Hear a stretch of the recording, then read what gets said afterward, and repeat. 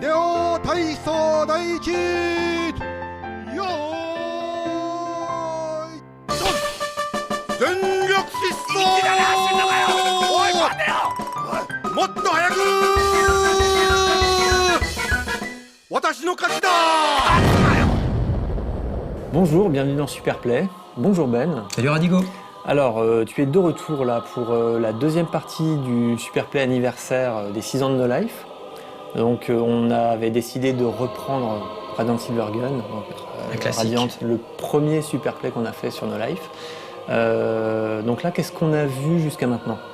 Voilà, pour l'instant, on a vu la partie facile du jeu, même si on a vu déjà beaucoup de chaînes, beaucoup de choses intéressantes, notamment au niveau des weapon bonus, toutes les explications, le game system, l'armement, etc. Là, on va rentrer donc au milieu du stage 4, qui commence à être très intéressant. On va le voir déjà dans le stage donc là, 4C. On a fait une coupure dans le jeu. En plein milieu du stage 4. Un peu fou. beaucoup plus fou, aussi bien dans les chaînes que dans les boss. Et voilà, ça augure les deux derniers stages, le stage 5 et le stage 6 dans le mode Saturn. J'appelle ça le mode Saturn parce que ça reste même si on est sur Xbox 360, ça reste quand même une copie. Ça reste le mode Saturn. Donc voilà. C'est le mode où on fait tous les niveaux du jeu. Tout le jeu qui a été créé, alors qui a été pensé à la base. Le Superplay qu'on avait présenté à l'origine, c'était le mode arcade, où on faisait grosso modo la moitié du jeu. Ouais, 50-60% de la totalité du jeu là, qu'on est en train de voir. Donc là, on est en train de voir la totale. La dernière fois, on a vu niveau 3, 2, 4, bon, c'est dans le désordre, mais si vous regardez la première partie, vous comprendrez tout, peut-être. On s'est arrêté au milieu de 4, là, et on reprend, donc 4, 5, 6, 1. On verra pourquoi on termine par le début. On essaiera d'expliquer tout ça à la fin. Bon, là, on va... Le scénario a une grande place dans ce shoot'em up, qui est quand même rare pour un shoot'em up. Oui, tout à fait. Scénario apocalyptique. Bon, reprenons. Petit rappel du game system. Pour scorer dans Radiant Silvergun, il faut pouvoir faire des chains. Pour chaque chaîne de 3 ennemis de même couleur détruits, un bonus est accordé. Évidemment, c'est comme pour tout, plus la chaîne est longue et plus le bonus est important. Toute la difficulté consiste donc à détruire uniquement les ennemis d'une couleur et à éviter soigneusement de détruire les autres, ce qui briserait la chaîne. Il existe même une chain secrète, qui rapporte aussi beaucoup de points. Pour la réussir, il faut commencer par tuer un ou plusieurs ennemis rouges, enchaîner avec un ennemi bleu, puis enchaîner avec un jaune, et continuer ensuite sur les jaunes.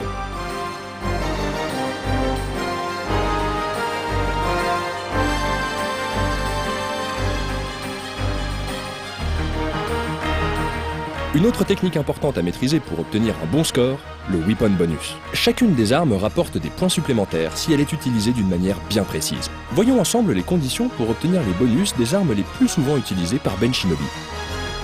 Avec le Vulcan, un bonus est obtenu pour 200 hits avec les 2 tirs du centre. Ce compteur est remis à 0 à chaque fois qu'un tir manqué sort de l'écran.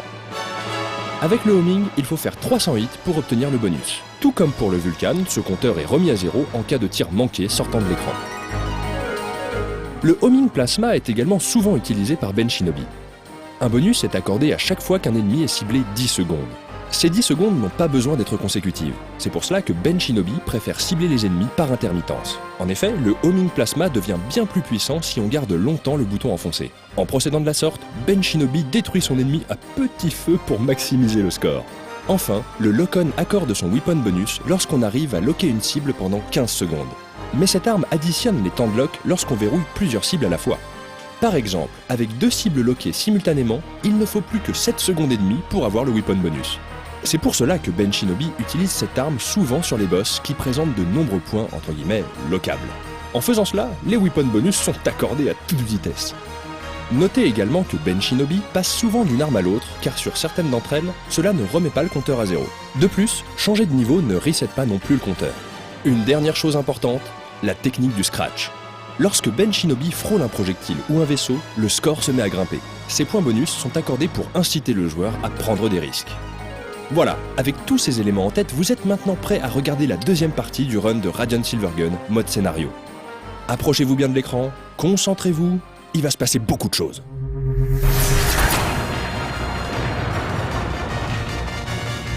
Voilà, donc là on va arriver stage 4C. 4C. Voilà. Donc là, la chaîne... Alors je commence par quelques rouges.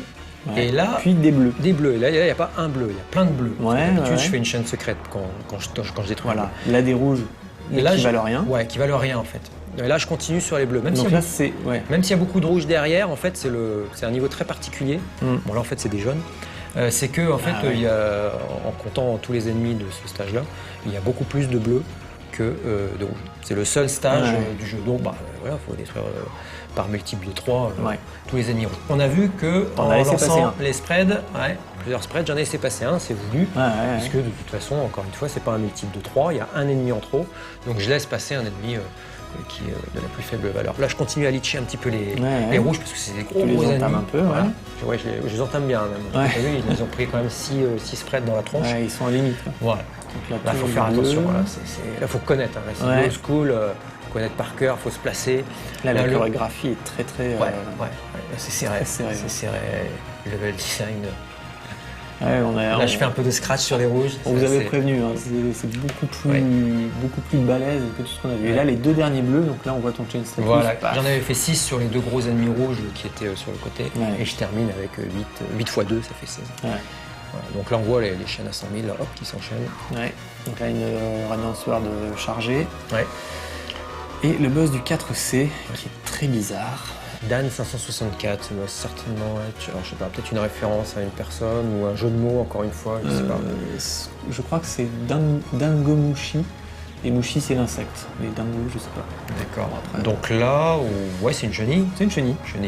Peut-être que Dangomushi ça veut dire chenille d'ailleurs. Je me souviens plus très bien, j'ai mal fait mon boulot, j'ai pas révisé avant. On n'a pas préparé. Ouais, c'est comme un partie ça, c'est le gameplay. C'est l'anniversaire, mais on a fait ça là. Voilà. Donc là, on voit cette chenille en fait qui a des parties centrales, qui sont toutes les mêmes en fait, destructibles, qui te balancent des boulettes roses et puis des petits ailerons verts. Là. Et c'est pas évident parce que tu les vois pas toujours sortir. Vu que les parties explosent, au moment où elles explosent, si tu as plein de boulettes et des ailerons là, qui sortent en même temps, pas facile. Alors une section, l'une des rares sections qui est vraiment plus dure dans la version Xbox 360, là je parle de celle-là, parce que y a pas de ralentissement. Vu que j'utilise le lock-on sur Saturn, enfin sur STV, la version originale en arcade, ça ramait vraiment grave. Quoi. Et là, forcément, ils ont quand même corrigé ça, le hardware est quand même un tout petit peu plus performant. Donc voilà, pas de ralentissement. Donc là vraiment, d'ailleurs on l'a vu, j'ai fait une esquive, j'ai dû utiliser mon Hyper Sword pour être invincible. Puis après une autre esquive un petit peu piffée, mais on s'est passé. Donc là derrière j'utilise, comme en fait toutes les parties sont regroupées, là il s'est mis en boule, et tout un peu sur lui-même, un peu dans tous les sens d'ailleurs. Tous les plans. Donc là, c'est Weapon Bonus. Voilà. Là un peu, mais pas encore. Dans la section d'après, c'est pire. C'est pire parce que là, il va y avoir une section qui, à mon avis, qui est même carrément pensée pour le leaching, on explique pour le scoring. Pourquoi, mais oui, effectivement. Donc là, je fais droite-gauche, un petit peu d'esquive. Encore une fois, c'est du timing. Oui, il faut savoir le faire danser pour qu'il envoie ces espèces de missiles là. Il faut savoir qu'il y a quand même un décalage au niveau du timing des tirs entre les boules rouges, les boules de feu, la grosse boule là, avec les petites boulettes roses là, tu vois, celle-là, et puis les missiles qui tournent. Il y a un décalage en fait au niveau du timing, ce qui est pas forcéément évident. Quand tu arrives, tu connais pas. Tu n'utilises pas cette arme-là, parce que sinon, au corps à corps, t'es quasiment au corps à corps, ça passe pas. Donc là, on va arriver à un pattern qui, pour moi, est vraiment pensé pour le leaching. Pas encore celui-là. Encore que celui-là, il est fourbe. Parce qu'il faut, faut faire en sorte qu'il te balance les lasers, parce que les traînées là bleues, elles te tuent. Donc, faut le pousser à faire ses tirs ça d'un côté. Il t'envoie les boulettes de feu de l'autre côté. Et donc là, il y a une section où en fait, je continue la même chose, mais dans le sens inverse. Le boss, il part vers le bas cette fois-ci, ou il allait vers l'autre. Donc tu fais du weapon bonus. Mais là, toutes les sections, elles sont déjà détruites. Mais elles restent actives. Pour le weapon bonus. Elles restent, ça fait du lock. Je pense quand même que ça a été pensé pour le scoring. Je pense. Oui, j'espère du moins. Et voilà, cette section-là, elle est vachement intéressante. Parce que là, par contre, tu te gaves. Tu te gaves encore plus dans la version arcade. Parce que le lock-on possède une cible supplémentaire. Parce que là, tu vois, le spray, tu es à 20. Donc, je suis à 4 au départ. Je dois être à 7 ou 8 cibles. Alors que normalement, dans la version arcade, je suis à 25 par exemple. À ce moment-là de la partie, je suis à 25 parce que les armes évoluent plus. Donc, un petit peu plus un petit peu plus sur l'ensemble du boss, un petit peu plus de weapon bonus que là dans ce mode-là. Donc voilà, là à nouveau, encore le pattern, hop, on se remet en section, on lock. D'accord, c'est le moment, c'est le boss aussi, on peut voir bugger un tir. Je ne vois plus que ça maintenant. Tu me l'as montré, les petites boules de feu quand elles restent trop longtemps à l'écran. Un petit glitch, ils ont un petit glitch. C'est assez rigolo, mais je sais pas si on va l'avoir. Mais là, je pense que tu vas le finir. Non, on l'a vu en fait au début, au premier pattern en fait. Mais très furtivement. J'en ai vu 2-3. Ah, moi je les ai pas vus. Là encore, je suis très limite par rapport à l'autodestruction. Je suis vraiment d'ailleurs des fois il s'autodétruit. Tu te fais encore avoir. De temps en temps, c'est très rare. Attention, j'ai peut-être une partie sur 10, pas plus. Mais bon, ça suffit pour que ça me marque quand même, pour que je me dise finalement pas toujours parfait. Alors là, quelques rouges. Voilà, d'abord quelques rouges et ensuite voilà une secret chain, puisque là à partir de là, une alternance de rouge, de jaune et de bleu. C'est pas rouge, jaune, rouge, bleu, jaune, c'est rouge, jaune, bleu. Je sais pas si tu remarques bien dans l'ordre. Oui. Et bon, alors là encore, cette section-là, ça a l'air. C'est vrai que moi, quand je revois ça, je me dis ça a l'air facile. Non, ça n'a pas l'air facile du tout. Faut un timing. Encore une fois, faut un timing. C'est horriblement dur. Et j'ai essayé de le faire, ça, c'est horrible. Et la fin, en plus, tu réussis à casser ton propre pattern. Parce qu'il y a un ennemi jaune en plus, en trou. Ah oui. Donc c'est pour ça que je refais à nouveau, parce que la dernière chaîne de jaune c'est 90 000, et donc vu qu'il reste un rouge, un bleu, un jaune, je refais à nouveau une chaîne secrète. Mais c'est pas évident parce que tu vois, je suis obligé d'aller très vite. Il faut avoir un backwide hyper large, donc avec un bon niveau. Qui s'élargit, c'est vrai que le backwide s'élargit avec le niveau, parce qu'au début du jeu, tu n'as que 3 tirs vers le bas. Et donc après, alors je ne sais plus à quel niveau ça augmente. Je sais pas, mais si je me souviens, passe à 5 et puis là tu étais à 7 et... je me souviens plus. Enfin, je sais que voilà, ça passe à 5 et après au maximum tu es à 7. On le verra un petit peu vers la fin du jeu. Que j'utilise un peu plus. Donc voilà. Alors là c'est marrant parce que c'est un vaisseau complètement similaire au vaisseau mère. Au Tetra. Au Tetra, qui transporte nos 3 héros. Enfin, nos 4 héros. Tetra. Plus le créateur, le robot créateur, bien sûr.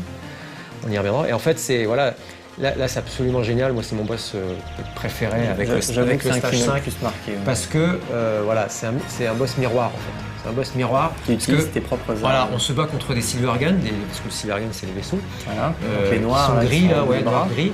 Et qui si tu regardes bien, t'envoie les patterns, les patterns de tir que toi-même tu possèdes. Il a commencé avec le Vulcan. Bon alors évidemment c'est un peu moins agressif. Alors on voit que le spread va moins vite que ceux que je tire. Mais voilà, il a commencé avec le Vulcan, il continue avec le homing, là il a été avec le spread. Là c'est le homing plasma. Celui-là il est presque comme l'original, ça va vite, faut bien esquiver. Il est hyper dur celui-là. Et je reste au centre, j'essaye de rester au centre. Je reste au centre parce que là, je veux continuer à essayer de bien utiliser le weapon. Là, on est dans le backwide, qui n'est pas vraiment un backwide si tu regardes bien, parce qu'il tire un peu dans toutes les directions. Mais bon, ça reste le backwide. Et là, la dernière arme, c'est le lock-on. Enfin, la dernière arme. On verra qu'il y a aussi il utilise aussi la sword et l'hyper sword. Oui. On dit toujours qu'il y a 7 armes dans ce jeu. En vérité, on peut dire qu'il y en a 8. Parce qu'elles se dirigent de façon très différente. Donc là, un boss qui a une petite particularité sur un pattern, c'est que dans la version originale, il y a un pattern, c'était dans les patterns précédents, où il t'envoie des missiles. Donc quand même, c'était pendant le pattern du spread, c'est quand il t'envoie les spreads. Il t'envoie dans la version originale, il t'envoie des petits missiles en plus. Donc il faut esquiver les spreads, et en plus de ça, t'envoies toi-même t'envoies des spreads sur le côté pour détruire les missiles. Et il n'y a pas ce pattern-là dans cette version-là. Alors on ne sait pas, est-ce que ça a été reprogrammé, est-ce que c'est de l'émulation ou peut-être buggé, très difficile à dire. Alors, encore une section très compliquée. Alors là un mélange, mais là par contre, il faut rester sur le rouge parce qu'il n'y a pas de rouge jusqu'au bout. Oui, parce que là on va voir que je vais faire beaucoup de chaînes à 100 000, donc c'est la chaîne max. Et donc chaque ennemi est important parce qu'il peut représenter. Et s'il y en a 3, ça représente 100 000 points en plus. Alors là on voit le Meridog là qui fourme à attraper, qui est spécifique celui-là. La version Saturn. Donc là, on arrive section pareil, il faut faire attention aux jaunes quand même. Oui, ça a été repris dans le Karuga, ça aussi. Il y a 2-3 patterns qui ont été repris dans le Karuga. Donc ça, c'est pas à détruire. On a l'impression que c'est bleu ou jaune, là, les gros ennemis. Là, en fait, c'est indestructible. Voilà.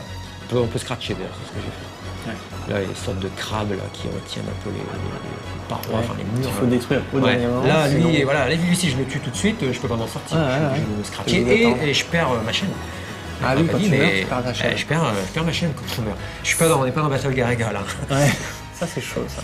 Donc là, ce passage-là, encore une fois, c'est du timing. C'est du placement au millimètre. Ça retourne tellement le cerveau, ces croisements d'ennemis là, qui sont différents entre la première et tout en finissant par absorber suffisamment de boulettes pour avoir l'hypersword. Parce que là, l'hypersword, elle est importante. Je peux m'en sortir sans, parce qu'on voit que le sorte de crabe mécanique, là, un peu géant, on peut passer sur les côtés au moment où il retire, mais c'est un peu dangereux. Je préfère utiliser l'hypersword. En plus, je le scratch un petit peu. Alors, il y a une section super complexe où je monte à l'épée. Pour aller détruire. En fait, il y a une section où tu as 5 rouges en même temps, un central et 2 de chaque côté. Et sur les 5 séries, là on voit que j'ai raté quand même un ennemi. Bon, un ennemi, ça va. Mais en fait, tu peux t'en sortir parce que les autres sont carapassonnés. Ils sont indestructibles. Certains endroits les bleus, c'est des sortes de blocos qui t'envoient effectivement, mais tu peux pas les détruire. Par contre, il y a aussi des ennemis rouges, et t'as vu, bleus et jaunes. Ça va super vite. Et donc là, c'est Spread et Sword, c'est les trucs qui dégomment le plus, quoi. Donc, ah oui, là, le timing, il est parfait d'ailleurs. Tu tires au bazooka. Voilà, d'ailleurs, ce que j'aime beaucoup c'est une des rares choses que je préfère dans cette version 360, je préfère quand même l'original, c'est la possibilité de pouvoir s'entraîner dans chaque section de chaque stage. Et en plus, en préparant ton niveau d'armement qui correspond cohérent avec une partie normale. Donc ça, c'est super, parce que dans la version originale, tu as du practice stage, tu as du score attack stage par stage, mais tu dois faire tout le stage. Donc si tu veux t'entraîner sur une section comme ça, tu es obligé de démarrer tout le stage 4. Tu vois, sur ce boss qui est quand même... C'est fastidieux. C'est particulier, quoi, parce que là, en fait, tu continues ta chaîne. Oui, je continue ma chaîne. C'est le seul boss sur lequel ça arrive. Alors là, il faut savoir que, en fait, tu as des portes avec des ennemis qui sortent. Alors là, tu as 3 patterns, tu en as qui t'envoient une sorte de lance-flamme, un autre qui t'envoie des tirs bleus, et puis le dernier qui est très très intéressant parce qu'il faut toujours aller chercher à absorber quelques boulettes pour recharger l'hypersword. Mais bon, là, tu vois, il y a des couleurs qui sortent et là, c'est complètement aléatoire. Complètement aléatoire. Donc là, t'as du bol. Là, j'ai 2 bleus. En face de toi. Voilà, là, j'ai 2. C'est surtout, dès qu'il y a... C'est rare que je rate un rouge. Il faut vraiment que la configuration soit à l'opposé, que les pattes soient tout en haut, que je puisse pas... Mais mais à chaque fois, j'arrive à anticiper par rapport... Parce que si tu regardes bien, la partie destructible, elle tourne d'un quart de tour vers la droite à chaque fois. Voilà, donc j'essaie de me positionner à chaque fois pour être un peu au milieu des 3, en fait. Donc, mais bon, après, les couleurs qui sortent, c'est aléatoire. Donc là, sur ce boss-là, tu peux aller à plus ou moins 200, voire 300 000 points, rien que sur ce stage-là, en fonction, en fonction juste sur le boss. Juste en fonction du côté aléatoire. Des fois, parce que parfois, il ne sort pas de rouge. Non, 0 rouge, je crois pas que ça puisse arriver. C'est quand même programmé pour qu'il y ait au moins une fois un rouge ou 2 rouges. Oui, d'accord. Mais des fois, par contre, t'as plein de rouges. Des fois, t'as 3 rouges qui arrivent. Donc là, c'est mal barré. Non, parce que là, je vais ressortir parce que je suis invincible pendant une fraction de seconde. Heureusement. Bon, là, c'est limite. Là, je peux me faire super pas de bol. Là, j'utilise le con. Là, je savais plus si je pouvais passer. Là, tu vois, je peux me faire tuer. Là, je peux casser ma chaîne. Mais bon, si je casse ma chaîne, je peux perdre 100 000, peut-être 200 000 maximum. Bon, c'est beaucoup, mais enfin, ça vaut la prise de risque quand même. 100 000, c'est quand même énorme. Donc là, voilà, le rouge. Hop. Alors en même temps, il faut savoir que les portes, il faut les détruire. Ouais, ça fait parce partie du boss. Voilà, il y a les 4 pattes qu'il faut détruire, il y a les 4 portes. Les pattes sont hyper résistantes. Et puis il y a le cœur du boss, c'est le petit cockpit, le petit truc bleu qui sort. Donc voilà, là je commence à détruire les portes. Parce que là, j'ai pas détruit grand-chose finalement. Dans le pourcentage de destruction, il faut que je me grouille là. Il faut que je détruise encore les pattes. Là, il y a 3 portes qui ont été détruites. Là, la 4e va bientôt être détruite. Celle de gauche, elle va bientôt être détruite. On le voit graphiquement, on voit un peu les débris. Et là, toutes les pattes sont détruites en plus. Là, il ne reste plus que le petit cockpit à détruire. Il faut que j'aille assez vite parce que l'autodestruction est quand même dans peut-être 10-15 secondes, je dirais. Mes armes sont pas autant boostées que dans la version arcade. Donc là, tu vois, là, même si je le touche là avec le spray, d'ailleurs, je me suicide. Parce que là, derrière, je suis invincible et je lui balance en détonation volontaire, 3x3 spread, et là, on a vu sa barre qui descend parce que c'est important de ne pas partir dans l'autodestruction, très important. Oui. Surtout que là, bon, je peux pas préciser, le mode 360 Saturn, offre 10 vies au compteur. Ah oui, effectivement. T'as pas d'extend, voilà, t'as pas d'extend par le score comme il y a dans la version arcade, mais il t'offre 10 vies. 10 vies, c'est, pour moi, c'est beaucoup. Donc, pour moi, donc à l'arrivée, là, j'hésite pas. Et en plus, j'ai pas perdu de vie pour le moment.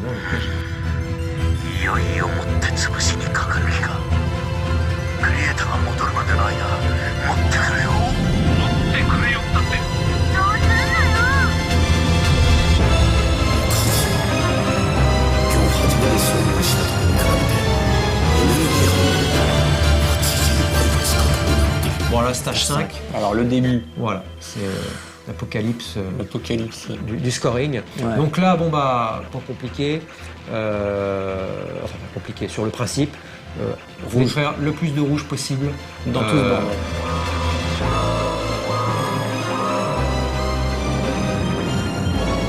Cette section-là, tu as mis la section d'ADN à la maîtriser. Maîtriser, je la maîtrise encore à la perfection. Encore une fois sur 8, une fois sur 10, des fois un peu je me déchire. Donc, maîtriser, c'est un bien grand mot. Surtout que je fais une chaîne, j'arrive jusqu'à 48 000 sur la section en ADN. Je parle de la section juste avant. Et il est possible, avec le pattern que j'utilise, je peux aller jusqu'à 52 000, c'est-à-dire une chaîne en plus. Tu as expérimenté différents chemins là pour le coup, pour le vrai. Quoi. Mais il y a un timing qui peut te permettre de faire une chaîne encore supplémentaire jusqu'à 58 000. Mais alors là le timing est différent, il faut utiliser le back wide, pas le homing. Enfin là, faut tout réapprendre. Il faut tout réapprendre. Donc moi, peut-être que je me mettrai à la travailler un jour, mais pour l'instant. Alors il faut savoir que tous les gros missiles, là, ils valent tous 10 000 points. C'est pour ça que là, ça ne fait pas partie des chaînes. Voilà, ça ne va pas compter dans le point. Mais c'est 10 000 points sur tous les missiles. En parlant de chaîne, tu es à 100 000 là. Voilà, là ça monte très très vite. Même si c'est des petits ennemis, ça monte très vite. Donc là, tous les 3 ennemis, ça y est, 100 000. C'est la folie. Alors là, il faut savoir que les petits satellites là qui arrivent, ils arrivent de manière définie, donc toujours au même moment. Ceux du milieu, là, ceux qui papillonnent, ils font des et les zigzags, les sortes de petites tourelles, petites tourelles d'araignées avec les pattes là. Donc, faut comprendre un petit peu le fonctionnement. Tu as une série en alternance donc de 16 ennemis rouges qui arrivent. Ensuite, tu as donc 16 bleus. Là, donc là, on les voit. Donc les bleus, faut pas les tuer. Faut pas les tuer parce que sinon tu casses ta chaîne. Donc là, on est vraiment dans du puzzle game. Ils font chier. Et en même temps, là, tu vois le bordel avec les échafaudages là, qui arrivent. C'est super serré pour t'en sortir. T'as pas beaucoup d'espace. Voilà. Et donc là, en fait, ce qu'il faut surtout, c'est bien avoir un peu de chance parce qu'il faut attendre que tous les bleus là, qui sont sur les côtés s'en aillent. Là, il y a de l'aléatoire. Des fois, il reste un peu plus longtemps, des fois, il repart. Et là, on voit un petit jaune qui vient s'intercaler à la fin de la série. Et qui te perturbe beaucoup, là. Voilà. Parce que sinon, j'aurais pu détruire peut-être plus de petits ennemis rouges sur les côtés. Et voilà, donc en fait, la série des ennemis là, sur les côtés, c'est ça. C'est 16 rouges. Ensuite 16 bleus, donc les rouges en général on les trouve assez vite, donc hop, on a tout de suite des bleus qui arrivent. Les bleus, il faut les laisser en vie. On a un jaune qui arrive, qui se mélange d'ailleurs souvent avec la fin des bleus. Et le début des rouges. Et des fois le jaune il se confond avec les rouges et je le vois pas et je casse ma chaîne. Donc là, encore la section avec les satellites là, qui remontent. Bon, ça, ils arrivent toujours au même moment, aux mêmes endroits. Donc voilà, là, j'y vais à l'épée. Moi, j'ai pas trop de chance. Là, j'en rate. Mais là, j'en rate quelques-uns. Là, je rate au moins 4 ou 5 satellites. Mais t'as vu ce que tu viens de faire? Ah oui, si je prends plus de risques, je meurs. Peut-être que je meurs. Mais c'est ça aussi toute la profondeur de ce jeu, c'est que voilà, faut chaîner les ennemis. Mais en même temps, dans un niveau comme ça, il faut enchaîner le plus possible si tu veux accéder au score ultime, au record ultime. Tu vois ? En gros, c'est ce niveau, tu es en train de me dire, c'est ce niveau qui fait la différence. Franchement, si vous trouvez que le jeu est trop long, faites que ce niveau-là. Ouais, voilà. Parce que ce niveau-là, voilà. Il est passionnant. Il est passionnant. Mais faites-le, voilà, avec. Sérieusement dans le game system, quoi, dans le scoring. Alors là j'essaye de faire un weapon bonus sur le back wide. J'ai pas précisé. Alors le back wide c'est 300 hits, mais uniquement des tirs qui partent vers l'arrière. Bon là malheureusement j'ai pas réussi à le faire. qu'il faut savoir que là, j'utilise pas d'autofire. Sur la version STV, par exemple, j'utilise un autofire pour le homing, parce que ça tire beaucoup plus vite, et un autofire aussi pour le backwipe. Et là, pas du tout précision. Non, j'ai ma manette, on en reparlera après, mais j'ai pas réussi à la customiser avec l'autofire. Donc là, alors là, ça commence à tourner en plus. Ouais. Donc là, cette section-là, pour l'instant, elle tournait pas. Là, t'as les ennemis qui arrivent. Les ennemis rouges. Ouais, là, malheureusement, il y avait 2 sur la gauche et par ici. Là, t'as vu, j'ai détruit 2 rouges sur les parois, mais il y avait 2 bleus qui arrivaient. Enfin, je sais qu'ils arrivent là, mais il faut faire quand même super gaffe. Là, pareil, je commence à laisser quelques rouges là. Mais bon. Alors là, après, il y a aussi le fait que les bleus des fois restent longtemps. Et puis des fois, ils tirent n'importe comment aussi. Des fois, les bleus. Non, mais c'est vrai, ils tirent pas à l'opposé de ta position. Mais des fois, t'as vraiment de la réussite par rapport. Des fois, j'arrive quasiment à faire 98-99% de destruction sur quasiment tous les ennemis satellites. Ça, c'est clair. Après, les ennemis rouges, là, il y a du côté aléatoire. Donc là, je suis très proche de l'autodestruction et il reste des rouges. Ouais, donc là, tu te dépêches. Voilà. Si j'avais été plus vite dans la destruction de certains rouges, si j'avais eu plus de réussite dans les patterns des ennemis bleus, s'ils avaient pu partir plus vite plutôt que de rester à me tirer dessus, et là à la fin j'aurais pu 100 000 points de plus. Même peut-être 2 ou 3. Oui, ça va très vite. 16 rouges, ça va très vite. Hein. C'est des sections de 16 ennemis. Donc là, regardons sur la dernière section, j'ai dû en détruire peut-être 7 ou 8, pas plus. Alors là, deuxième boss. Deuxième partie du stage 5 là, qui n'est pas dans le mode arcade. Qui n'est pas dans le mode arcade et qui est encore assez compliqué. Donc là, on a les deux gros lasers bleus. Donc je me mets volontairement d'un côté et je détruis tous les rouges là qui sont là. Parce qu'il y a plus de rouges sur la gauche que sur la partie droite. D'accord. Ça, d'expérience, tu as compté ou Oui. Ah non, ça par contre, c'est défini. C'est défini. Ce qui arrive, c'est défini. La position où ils arrivent, des fois, ils arrivent toujours dans le même ordre. Mais ils n'arrivent pas toujours à la même hauteur, donc c'est la seule incertitude. Bon, il faut faire attention aux tirs qui arrivent par la droite. Là, bon. J'ai toujours chaîne 5400 à ce moment-là. Sauf que des fois, j'arrive à détruire au tout début avec le spread, 1 ou 2 rouges sur le côté. Mais bon, là, je n'ai pas trop pris. Et là, on a une section de pattern aléatoire. Alors, on a des lignes, tu vois, d'ennemis rouges et jaunes, de mélange avec des jaunes. Donc chaque ligne, c'est soit un enchaînement de 4 rouges et 2 jaunes, 4 rouges, 2 jaunes, 4 rouges, 2 jaunes, soit une ligne avec, tu peux regarder en alternance, un rouge, un jaune, etc. Donc ça, ces 2 lignes-là sont prédéterminées, c'est toujours pareil. Par contre, là où, encore une fois, le pattern est complètement aléatoire, c'est que dans certaines parties, tu as beaucoup de lignes avec des sections de 4 rouges et 2 jaunes, ce qui est super avantageux, puisque là, tu vois que j'utilise la sword pour continuer mes chaînes. 3 ou 4 rouges. Et puis j'ai des parties où j'ai beaucoup plus de lignes avec une alternance de rouge, de jaune, de rouge. Et là, quand tu as une ligne comme ça, tu peux détruire qu'un seul rouge. Ou en détruire 3. Donc là, pareil, en fonction du côté aléatoire, c'est plus ou moins 300, peut-être 400 000 sur cette section-là. C'est vraiment énorme. Alors les 2 gros lasers bleus, je ne les ai pas détruits au départ. Donc je ne vais pas avoir le 100%, le 100% au niveau de la destruction, mais ça va me ramener plus de points parce que là je fais que des rouges. Alors là une section où là tu as une sorte de rocher vert bizarre qui grossissent quand tu tires dessus. Et en fait, si tu joues safe, il faut juste éviter en bas. Oui, c'est juste de l'esquive. Et faire un petit coup d'épée de temps en temps. C'est pas trop dur. Mais par contre, si tu veux scorer comme un ouf, là, tu alternes, comme je fais, entre le Vulcan et le spread. Spread en détonation volontaire, parce que là, sinon, tu n'as pas le temps de le lancer. C'est tac, tac, tac sur C. Là, on va le voir. Là, c'est 3 fois C, là, très, très vite. Et là, je détruis toute la série, la première. L'idéal, c'est de réussir à essayer de rester en haut, tu vois. Mais bon, c'est pas facile. Tu fais du weapon bonus quand même. Tu fais des détonations volontaires. Non. Tu le fais sur le Vulcan.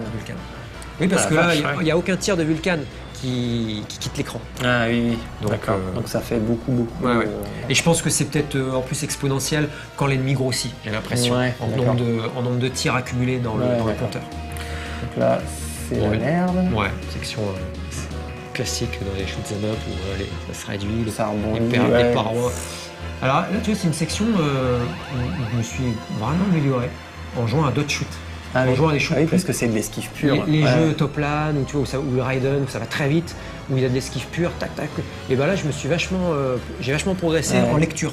Donc, je suis pas un fan des Danmaku, je ne suis pas très bon dans ce genre-là.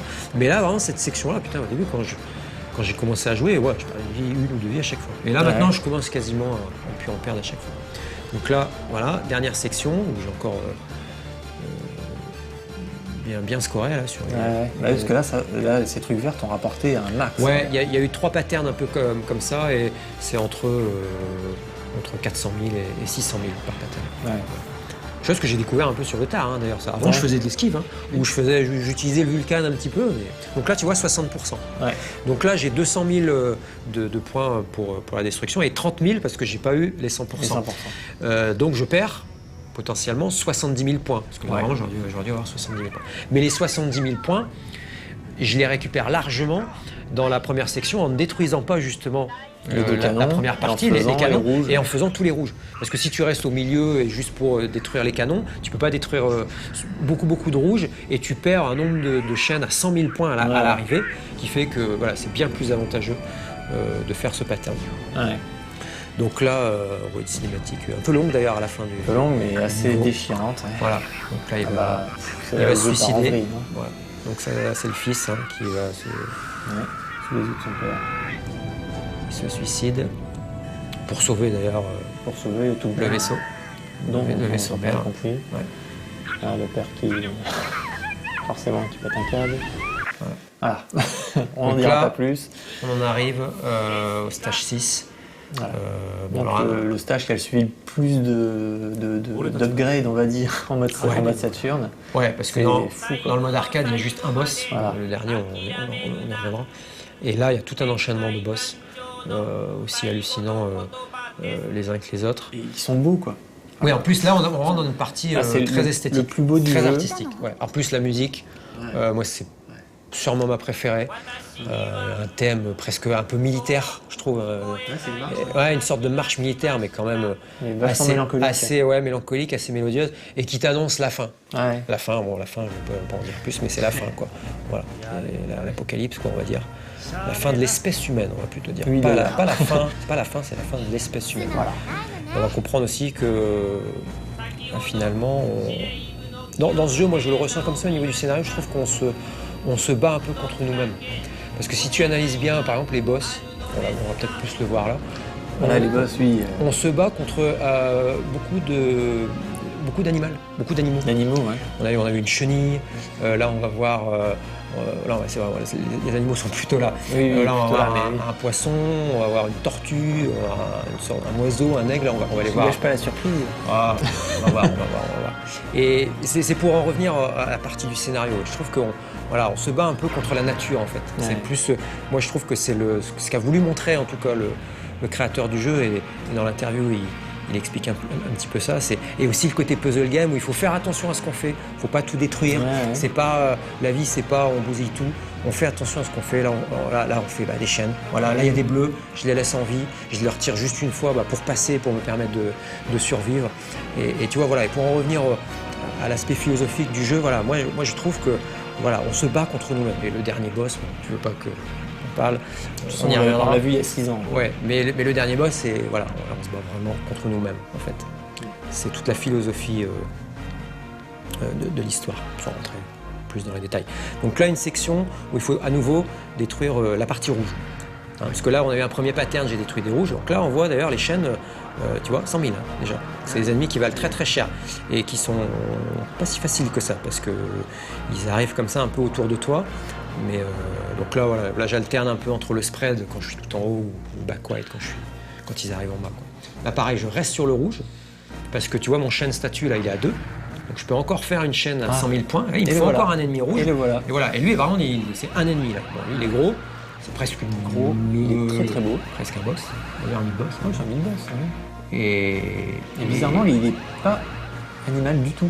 C'est un des boss les plus méta. Non, lui, c'est vraiment un vaisseau, quoi. Ah ouais, c'est un bon vaisseau, quoi. Créé quand même par une entité, quand même, par une divinité. Par une pierre. Ouais, par une pierre, on va pas en dire plus. Monolithe. Monolithe de 2000. Voilà, on va dire ça comme ça. Ouais, qui a créé tout, l'homme, l'intelligence, mais qui peut tout reprendre quand il le désire. Ouais. Donc là, un pattern, où on ne prend pas trop de risques. En fait, on peut rester en plein milieu. Parce que là, en fait, comme je vais à droite, il me suit. Je vais à gauche, il me suit. Mais on peut rester en plein milieu et essayer d'utiliser le homing plasma à petit feu, comme je fais sur plein d'autres boss. Mais la section est dure, hein, parce que là, les lasers, ils se resserrent. En même temps, ils te tirent des petites boulettes, donc bon, c'est plus compliqué, donc je préfère utiliser ce pattern-là. D'ailleurs, je le fais à petit feu aussi. Faire attention à la petite boule là que je viens de détruire. Parce que c'est ça le vrai boss en fait. La barre de vie, elle diminue très vite, donc on tue très vite, mais bon, par contre, faut pas l'oublier parce que ça fait partie du pourcentage final il peut de destruction. Donc là, moi, je sais pas si c'est un poisson. Là, on est dans un poisson, une espèce de requin. Mécanique toujours, évidemment. Évidemment. Et alors là, qui va te...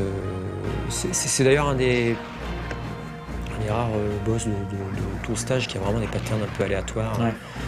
Pas là ça va, là c'est relativement facile, il suffit d'esquiver. Enfin non, mais de connaître un petit peu, voilà. Là je vais de l'autre côté. Donc... Là en fait je me prends pas trop la tête, là j'utilise le lock-on. Parce qu'en fait là il y a plein de parties. Hein. Là je le fais pas trop. Ce que je disais c'est qu'il y en a d'autres sur tout le long du corps. Voilà, là on va mieux le voir. Là, voilà. Quand je suis un peu au milieu, là je suis au milieu, je lock au moins 3 ou 4 parties. Là on le voit d'ailleurs. Il y a moyen de faire beaucoup plus de score, mais c'est beaucoup plus c'est un peu compliqué. Dangereux. Donc là j'ai utilisé le lock-on, mais j'ai pas eu d'où. Enfin j'ai dû avoir peut-être deux weapon bonus, mais il est toujours actif. J'attends toujours une weapon bonus supplémentaire. Donc là sur le boss suivant, Tortue, tu vas commencer au lock-on. Je vais commencer au lock-on. Là dès que je vais finir le lock-on, hop, j'ai la weapon bonus, hop, je switch sur le. Parce que là il y a pas mal de parties, mais elles se détruisent assez vite. Donc je préfère y aller avec le homing plasma. Si on regarde en fait ce run là depuis le début, on se rend compte que tu fais ça très souvent sur les boss. Tu attends un weapon bonus et dès que tu l'as, tu changes d'arme. Je change. Oui, c'est presque une chaîne de weapon bonus. Tu fais des chaînes de couleurs dans la destruction des ennemis, mais dans l'utilisation des armes, tu peux faire des chaînes, des enchaînements, des vrais enchaînements de weapon bonus entre les armes. Alors là, là c'est un peu le cœur un peu du boss, même si c'est pas la dernière section. Donc là pareil, j'ai eu un petit feu vu que les patterns d'esquive sont pas trop dangereux. Là je peux vraiment me rapprocher de lui. Tu vois là, il suffit, là je redescends un peu, j'esquive, c'est facile, surtout quand tu as 8 vies en stock. Encore quand tu es sur la dernière vie, tu stresses un peu. Tu as fait un gros score, tu es sur la dernière vie, dans la version Saturn qui possède beaucoup moins de vie au départ du jeu, c'est un peu plus bien. Et là, je continue la section. Alors là par contre il va changer de pattern, un peu plus dangereux là celui-là. Là voilà, il y a des petites tourelles qui vont arriver. Et là par contre, voilà, là je peux en locker 2, voire 3 en même temps. Hop, donc là je reprends le weapon bonus, pas le lock-on qui me donne des weapon bonus. Voilà, les parties se détruisent assez vite, sachant que, regarde là le spread, parce que la puissance du lock-on en fait c'est ça, les petits tirs laser guidés là qui arrivent dépendent de la puissance du spread. Donc là je suis à 32. T'as 10 spread. Voilà. Enfin t'as 10 lock. On peut pas le voir parce que là il n'y a plus assez de parties, on peut pas locker 10 parties en même temps là parce que c'est que des boss. Mais voilà, donc là attention là quand les lasers sont bleus, enfin l'électricité est bleue, on peut passer au travers. Par contre, dès que c'est vert, dès que c'est jaune, hop, je passe au travers. Et comme j'utilise le homing plasma, je préfère être en dessous du boss. Là, tu vois, au-dessus, je peux pas trop utiliser d'armes. Donc là, voilà, dernière partie. Je crois que d'ailleurs sa barre de vie elle est divisée en trois parties. En fait, là, c'est vraiment le dernier pattern. J'utilise le Vulcan, puisque c'est pile poil la largeur du tir.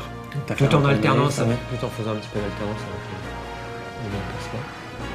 le deuxième weapon bonus. Attention, c'est huilé quoi. Ouais, faut pas qu'il y ait un tir qui sorte. Ce que je te disais, c'est 200 hits. Si t'es à 199, tu sors le. Voilà. Oui, en plus en alternance, je continue le weapon bonus sur le homing plasma. Voilà. Alors là, il t'envoie la pierre t'envoie des petits messages. Donc là, on a refait spirituel, philosophique. Oui. Et là, par contre, tu envoies un boss. La difficulté augmente progressivement là, sur chaque boss. On s'en est pas trop rendu compte, même si le premier, le poisson, il est dur, mais il est pas aussi dur. Quoi. Là, par contre, c'est. Il y a juste un truc que je regrette, c'est que on le voit pas s'enflammer. Ah oui, comme mes armes sont boostées, le spread il est quasiment au maximum.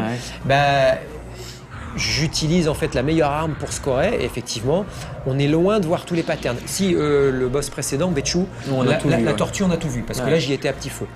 Là, par contre, ce boss-là, pour optimiser, il faut que j'y aille un peu au corps à corps. Avec le lock-on, donc là, ça va très vite. L'arme est très puissante. C'est bien dommage parce que c'est tellement beau. Ouais, mais t'as vu l'enchaînement des weapons, ça va très très vite. Donc c'est vraiment intéressant au niveau du score. Mais c'est vrai que là, il est détruit alors qu'il a encore. Quel dommage. Un très beau pattern derrière. Il est sur la jaquette du jeu. Par contre, c'est un très beau pattern, mais il vaut mieux pas le voir. Je te le dis tout de suite. Parce que si tu le vois, en général, là, en termes d'esquive, c'est trop dur. Que tu vois. Ouais, c'est beau. Et donc là, on arrive au dernier boss, si on peut dire, parce qu'on verra peut-être encore quelque chose derrière. Peut-être. On ne sait pas. Donc là, c'est ce que je te disais, philosophiquement, on a combattu des animaux. Là, on va se retrouver. On a commencé par des poissons, puis des oiseaux. On combat la nature, en fait. Et puis voilà. On se détruit, on s'auto-détruit, en fait. C'est la philosophie du jeu. On s'auto-détruit par débilité, par sottise, par manque d'humanité. Et voilà, donc là, on a le droit. Il est un peu robotisé, je crois. Vraiment, on a l'impression que c'est un être humain, quoi. Un être humain géant qui. C'est pas le géant vert, c'est le géant rouge. qui nous envoie des patterns. Alors là encore, ça a l'air facile parce que voilà, le lock-on est super puissant, il me ramène beaucoup de weapon bonus. Même si ça, c'est facile. Ouais, ça a l'air dur et c'est facile. Dur, en fait, il suffit de faire au bas, et voilà. Là c'est pareil, tu vois. Voilà. C'est le spot. Après, par contre, c'est dur. Mais quand tu dis qu'avec une bonne puissance d'arme, là, tu zappes tout un passage hyper chiant. Hyper chiant, puis hyper beau en plus, hyper artistique. Très beau. Parce qu'on voit, il fait presque des prises de karaté en fait. Le personnage, il t'envoie des coups de pied. Ça, il va devenir très dur, mais quand tu le laisses faire, c'est horrible. Mais non, mais c'est pour ça que ce jeu-là, il est pas accessible si on ne joue pas le gameplay, le game system, le scoring. Donc si on aime les shoot'em up pour nettoyer l'écran, ce jeu-là n'est pas fait pour nous. C'est clair et net.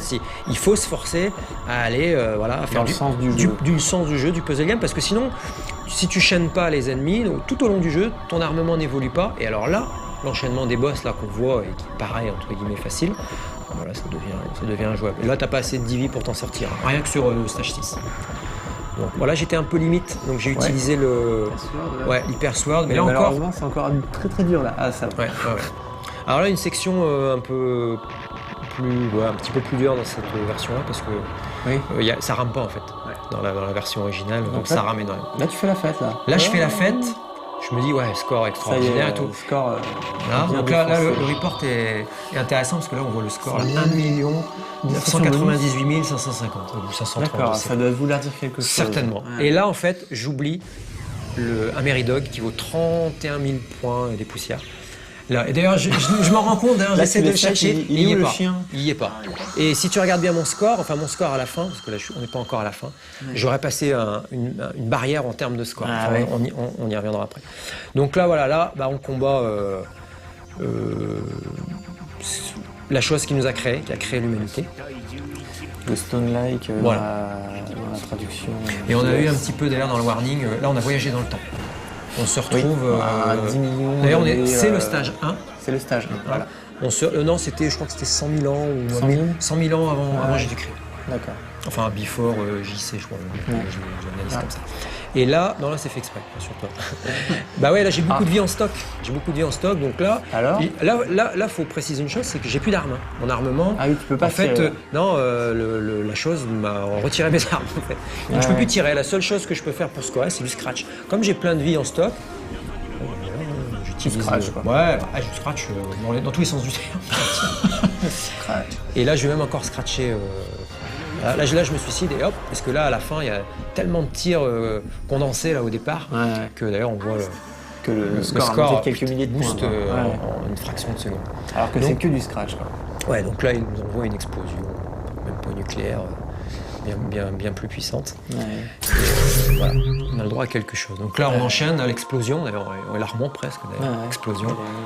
Animée. Oui, en plus, là, le dessin a été vraiment la qualité refait, par rapport à la version Saturn, là, ça vaut le coup. C'est super beau, puis la musique de Sakimoto est complètement hallucinante. J'en avais beaucoup parlé dans la première émission, mais je l'ai redit. Elle est très très bien. Vraiment une BO exceptionnelle. Donc voilà, l'explosion remonte jusqu'à nous. Il faut savoir qu'on est les deux derniers survivants de l'espèce humaine. Parce qu'en fait, au début du jeu, dans la cinématique d'intro, la Terre explose. Voilà. Donc on est les derniers survivants. On est les sur notre derniers, vaisseau, voilà, on est les derniers survivants. Et donc il reste que voilà, les 4 survivants humains. Donc on a vu d'ailleurs à la fin du stage 4 que voilà, un suicide. un suicide, L'autre le vaisseau meurt. mère voilà, qui essaie d'ailleurs de retenir l'immeuble, tu sais, qui tombe dans Oui. le stage 5, donc il se suicide aussi. Ouais. Et il reste, voilà, donc c'est Rihanna et Buster. Voilà. Parce que normalement, bon, le jeu est censé pouvoir être joué à 2. Donc, vraiment tout ça, mais tout ça est censé, sur le plan du scénario, on est censé être à 2. Ouais. Donc voilà, donc là, voilà, on a été englouti par l'explosion. Hein. Et donc là, on a vu le robot créateur à la fin du stage 4 sortir du vaisseau pour aller voir les données en fait, du robot qui avait été retrouvé et qui datait je crois que des millions d'années en arrière. Et qui avait analysé déjà ce qu'il y avait dans la pierre. Qui avait le même numéro de série que le créateur. Que le robot créateur. Et donc là, voilà. Alors là, ce qu'il est en train de faire, c'est voilà, en fait, il va redonner, il va créer des clones. En fait, il va redonner vie. C'est ça que j'adore. Ça, c'est un robot qui donne la vie, qui redonne vie à l'espèce humaine. En créant 2 clones, forcément, un homme et une femme. On met les compteurs à 0 et on va recommencer. Et voilà. Et bon, moi, ce que j'adore, voilà, c'est que c'est un robot qui va redonner. Qui va redonner vie à des êtres humains. Bon, alors là, on voit les bâtiments. On imagine que ça se passe bien des années après. Les bâtiments n'existent plus. La verdure a repris son droit. Et voilà. Et là, il espère qu'en redonnant vie à l'espèce humaine, on ne commettra pas à nouveau les mêmes erreurs qu'on va commettre, malheureusement, que nous avons commis. Et qu'on recommettra encore. Je ne suis pas optimiste sur la race humaine. Mais bon, ça, c'est ma position. C'est ma position, et je l'assume. Voilà, bon, la musique, vraiment j'ai pas grand chose à dire. Il faut écouter la BO. Je pense que c'est important de ne pas hésiter d'écouter la BO en dehors du jeu. Ça peut peut-être donner l'envie à certains d'y jouer. Et d'ailleurs, la position là, du robot qui se casse, avec la tête qui sort, correspond au tout début de l'histoire, l'état dans lequel il le retrouve. Comme ça. Voilà, des milliers, des millions d'années plus tard. Avec la pierre qu'on a vue d'ailleurs, qui n'est plus active finalement. La pierre qui va être engloutie, qui se tout au fond de la réveille terre. au moment où il l'analyse. Voilà. Ah là là, quel grand jeu. Presque les larmes aux yeux. Ouais, je comprends. Et surtout que, bon voilà, faut imaginer qu'on voit ça au bout de 1h30 de jeu. Ouais. Très intense. C'est vraiment une expérience très très forte. Ouais. Franchement, le stage 5, peut-être même encore plus sur le mode arcade parce qu'il est plus court, encore plus intense. Je pense que c'est le plus grand moment de ma vie sur un jeu vidéo. Pourtant, j'en ai vu des jeux vidéo. J'ai connu les débuts de l'arcade avec Pac-Man, Galaga, Frogger au début des années 80 et j'ai vécu des grands moments même dans les salles de jeu, sur les bornes d'arcade. Et là, le stage 5, tu ressens toute la profondeur du gameplay, et même toute la philosophie du jeu dans ce que explique Hiroshi Yushi, le créateur du jeu. Dans son interview, on sent qu'il y a une philosophie par rapport, il n'a pas voulu faire un shoot'em up commun, où, on le dit shoot'em up, on détruit tout, on bastonne un peu, il y a un côté un peu péjoratif, agressif. Là, c'est un jeu où il faut faire attention. Et je sais qu'il fait un parallèle dans son interview où il explique que c'est un petit peu la philosophie qu'il faut avoir dans la vie. Il faut faire attention aux choses, il faut faire attention aux gens qui sont autour de nous. Et il faut vraiment rester humble. Je pense que de toute façon, on sent très bien que ce jeu, c'est l'œuvre de sa vie. Ça, il s'est donné, il a tout ce qu'il voulait faire passer comme message. Même en termes de game design, c'est absolu ce qu'il a fait. Il l'explique aussi dans son interview. Il s'est battu avec Treasure. Il s'est battu parce il était déjà chez Treasure et il s'est battu. Le Masato Maegawa, le boss de la boîte, au départ, il lui a proposé un shoot. Et lui, il voulait faire un shoot. Bon. Et voilà, on est en 98. Bon, le shoot'em up à l'époque, pour lui, le boss de la boîte, ça avait fait son temps. C'était même si le Danmaku arrivait, mais Battle Garaga, quoi. Ouais, mais bon, c'était le début du Danmaku 98. On n'est pas là aujourd'hui. Maintenant, Kev, c'est sûr que c'est une autre histoire. Ça reste quand même confidentiel. Voilà, il s'est battu pour arriver à créer ce jeu-là, et avec toute la qualité de Treasure, qui à l'époque, plus à l'époque que maintenant, faisait des jeux vraiment basés vraiment sur la qualité. Des jeux de qualité. Il sortait pas 4 jeux par an, il sortait un jeu. Donc magnifique. Chaque jeu était magnifique. C'est que t'en parles encore avec passion, avec émotion, avec émotion, que t'es venu donc il y a 6 ans. T'as continué, t'avais déjà un niveau, t'avais déjà bien dosé le jeu, t'as continué à redoser le jeu. J'ai joué depuis 2002. Voilà, tu as rejoué, t'as redécouvert des trucs sur les niveaux, sur le stage 5, tu continues à optimiser des trucs, c'est énorme quoi. Bon, joyeux anniversaire encore, et puis à bientôt, Ben, peut-être. Probablement. Sur un autre jeu, peut-être. Plus rétro, peut-être plus récent. Je ne sais pas. On verra bien. Bon. Eh bien, ciao. Salut à tous. Ben Shinobi termine donc cette partie avec un score de 38 371 380 points. Un score impressionnant et pour cause. Il s'agit ni plus ni moins que du record mondial de Radiant Silvergun en Story Mode équivalent au Saturn Mode. Vous venez donc tout simplement d'assister au record du monde. Jusqu'à ce qu'un rival apparaisse ou que Ben Shinobi explose lui-même son propre record.